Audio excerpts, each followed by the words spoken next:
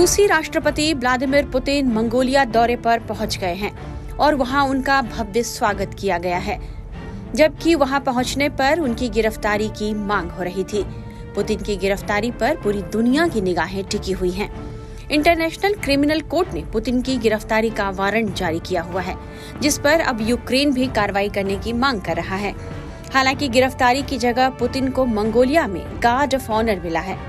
Putin के स्वागत के लिए चंगेज खान के स्मारक को मंगोलिया और रूस के झंडे से रंग दिया गया।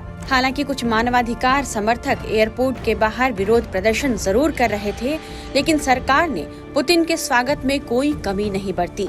विदेश मंत्री बतमुंख बत्सेसेंक खुद उनका स्वागत करने एयरपोर्ट पहुंची थी।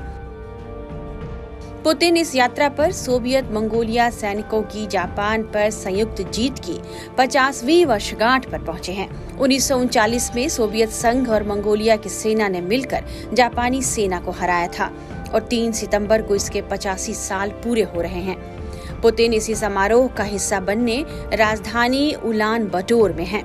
वहीं यूक्रेन के राष्ट्रपति जेलेंस्की इस बात से खफा दिख रहे हैं कि रूसी राष्ट्रपति व्लादिमीर पुतिन को उनके देश मंगोलिया ने भव्य स्वागत दिया है।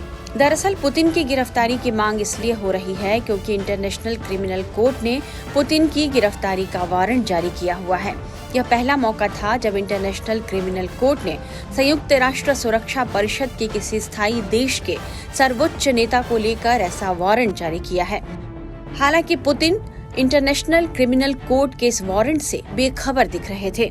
आगे बढ़े उससे पहले आपको बताते हैं कि आखिर आईसीसी ने पुतिन के खिलाफ अरेस्ट वारंट जारी क्यों किया था। तो दरअसल इसके पीछे की वजह रूस यूक्रेन का युद्ध है।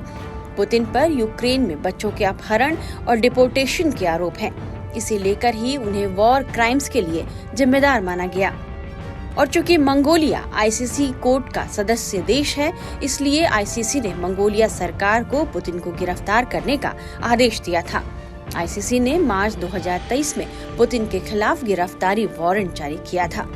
ऐसे में पुतिन का मंगोलिया आकर मंगोलियाई राष्ट्रपति उखना खुरेलसुख से मुलाकात करना आईसीसी को चुनौती देने जैसा है। पिछले साल पुतिन की गिरफ्तारी का वारंट जारी होने के बाद इंटरनेशनल क्रिमिनल कोर्ट के किसी सदस्य से पुतिन की यह पहली मुलाकात थी। पुतिन को मंगोलिया आने के लिए खुद मंगोलियाई राष्ट्रपति उखना खुरेलसुख ने निमंत्रण भेजा था। मीडिया रिपोर्ट्स के मुताबिक पुतिन वारंट जारी होने के बाद से अब तक करीब 12 देशों की यात्राएं कर चुके हैं। इनमें चीन, नॉर्थ कोरिया, सऊदी अरब और यूएई जैसे देश शामिल हैं। हालांकि वे अब तक ऐसे किसी भी देश की यात्रा करने से बचते थे जो आईसीसी का मेंबर है। कह सकते हैं कि जिस तरह मंगोलिया ने राष्ट्रपति पुतिन का भव्य स्वागत किया है, उससे साफ है कि मंगोलिया को आईसीसी के वारंट की कोई परवाह नहीं है और उसने उसके आदेश को नजरअंदाज कर दिया है। कहा जा रहा है कि मंगोलिया पुतिन को गिरफ्तार करने का जोखिम इसलिए नहीं उठाना चाहता क्योंकि वह कई मामलों के लिए रूस पर बहुत ज्यादा निर्भर है, इसलिए उनकी गिरफ्तारी की संभावना बहुत कम है। हालांकि न्यूयॉर्क टाइम्स की एक रिपोर्ट कहती है कि मंगोलिया को आईसीसी और पश्चिमी देशों के दबाव का सामना करना पड़ सकता है। हो सकता है कि भविष्य में कुछ देश उस पर आर्थिक प्रतिबंध भी लगा दें।